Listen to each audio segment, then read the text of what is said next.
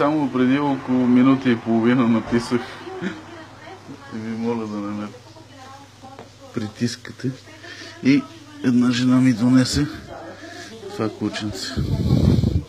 Вече една минута при мен.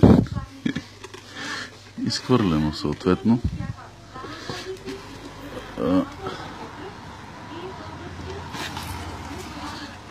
Вижте какво. Плетено в трева. Чакай, майки. Какво си ти, момченце?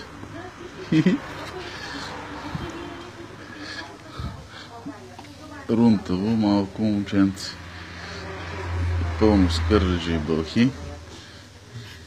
Ужас. И много слабо. Просто изхвърлено на улицата.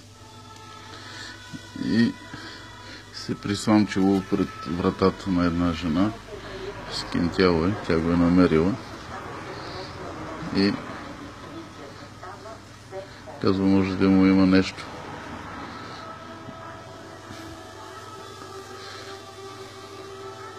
И сега какво да правя? В клиниката не мога да отида. Защо падаш, бе, моето момче?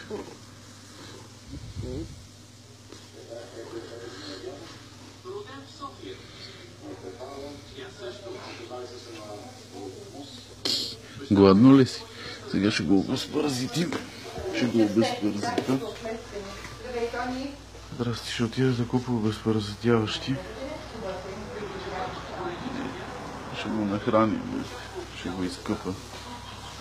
И къде ще го сложа, не знам. Ще търся кашон и ще живея в кашон.